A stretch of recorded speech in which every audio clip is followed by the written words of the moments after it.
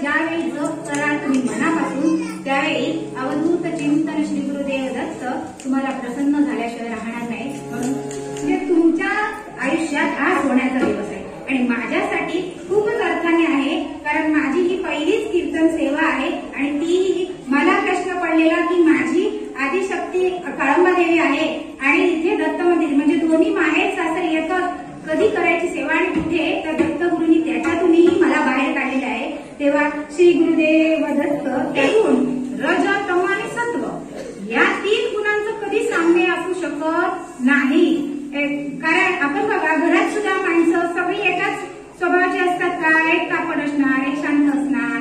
म्हणजे हे जे गुण आहेत हे प्रत्येकच असतात. तर त्या गुणाचे सुद्धा एकत्र गुणागुणिताने नांदताय हे पाहून त्यांना आश्चर्य वाटलं. म्हणजे साळ आणि कुंकू हे एकत्र राहतील का कधी? अत्रि ऋषी काही आश्रमात नव्हते आणि आता आलेल्या देवर्षींचं स्वागत झालेलं आहे. वेळ तर दुपारची आहे.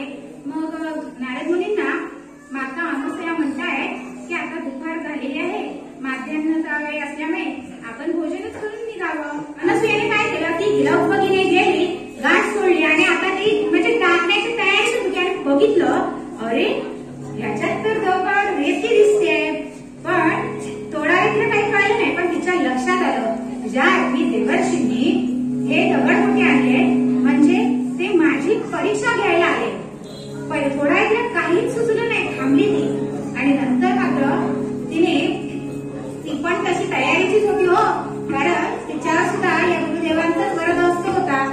ती आपल्या देवघरात गेली आणि तिथे पतिचरणांचं स्मरण केलं आणि तिथे त्यांनी तीर्थ घेऊन आली आणि त्या दगडकोटांवर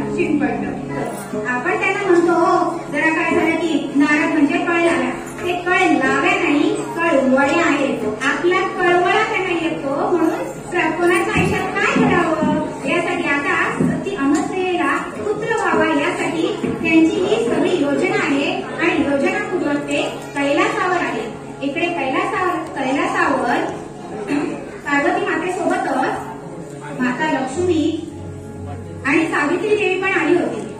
जसं आता आपण काय करतो, दुपारचं जेवण झालं की शेजारी जाऊन गोष्टी करतो, तशी ती पूर्वीपासूनची प्रथा आहे. त्या दोन्ही देवी तिथे आलेल्या आणि त्यांच्या गोष्टी चालू असताना त्याला लांबून येणारे नारद मुनी दिसले. नारद मुनी पाहिलं, 3 बायका, माता असल्या तरी बायका ऐकणार नाही. म्हणाले आता सुटका नाही, उपाय सांगायला जाते. म्हणे बघा उपाय सांगतो, पण त्या उपायाची जबाबदारी माझी नाही. जे काय घडेल ते तुम्ही उद्या म्हणायचं नाही. नारदाने सांगितलं, हो अरे सांग तरी तू, किती वेळ लागतो, ह्यांना नुसती उत्सुकता, आता काय. आज ते मग देवश म्हणाले, असं करा तुम्ही तिघांनी तुमच्या पतिदेवांना सांगा की त्या माता अनुसूयेच्या आश्रमात जा आणि तिच्याकडे भिक्षा म्हणून भोजन मागा. आणि भोजन म्हणजे कसं, इच्छा भोजन. इथपर्यंत यांनी शांत ऐकून घेतलं आणि म्हणे हा हे सोपं वाटत गेलं. देवर्षींनी पण हळूहळू पुढी सोडली घेऊन आणि नंतर एकदम अशी ते नाण्याला जोडाला हे रबर मारला काय ठर आवाज होता. शेवटचं वाक्य सांगितलं, तुमच्या पतीला सांगा विवस्त्र होऊन भोजन दे म्हणून झालं. ह्या अशाच सरकल्या तिघी. अरे बापरे, आपल्याच नवऱ्यांना दुसऱ्याच्या घरी पाठवायचं आणि परत तिच्याकडे इच्छा भोजन म्हणून विवस्त्र होऊन भोजन वाढवून हट्ट करून मागायला सांगायचं. म्हणजे पुढच्या बाई अशी तयार होईल. पण काय झालं, ह्या ज्या तिन्ही देवी होत्या ना, त्यांना सुद्धा आपण माणसं हो, आपल्या देवी आहेत, तरी पण कुठे नाही कुठे थोडासा मी असतोच ना.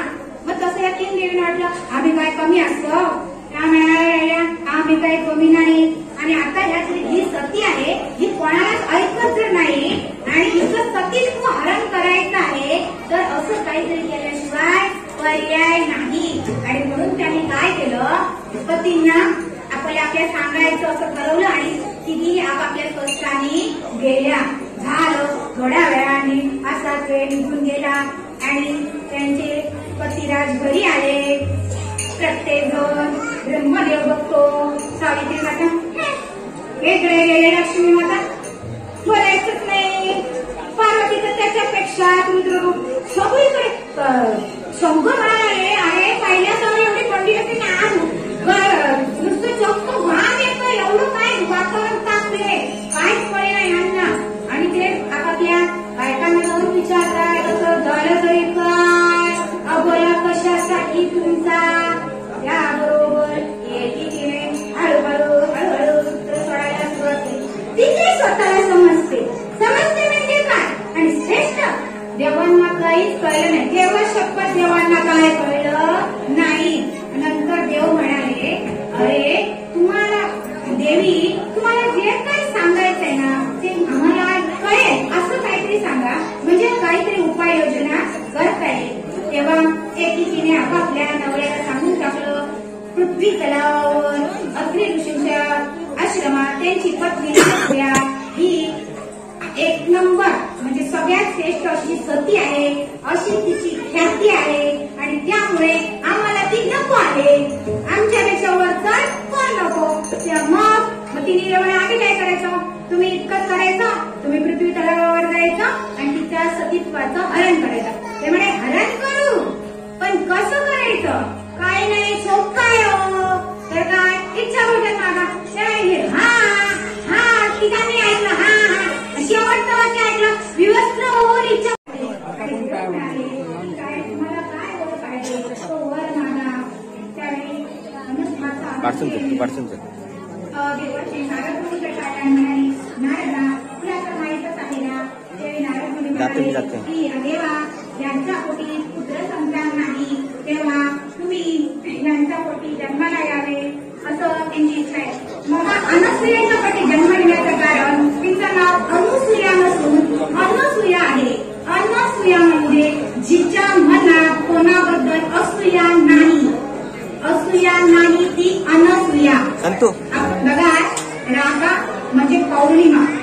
मृगशीर्ष नक्षत्रावर मार्गशीर्ष महिन्यातील पौर्णिमेला श्री गुरु दत्तात्रेयांनी त्रिगुणात्मक असा अवतार घेतला माता अनुसूयेच्या पोटी. आणि हा जो अवतार घेतला, ह्या अवताराचं एकच कार्य होतं की जगाला ज्ञान देणं, ज्ञानाभिमुख करायचं आणि ज्ञानाचा प्रचार प्रसार करायचं. त्या बाळांना घेऊन माता अनसूयेने अंधारून गोंधारून त्यांना नावू काकू घालू लागली. त्या तिथे असलेल्या सख्या न्हाणी म्हणायला लागल्या. यक्ष किन्नर देव दानव फार आनंदित झालेले होते आणि ती न्हाणी म्हणत होते,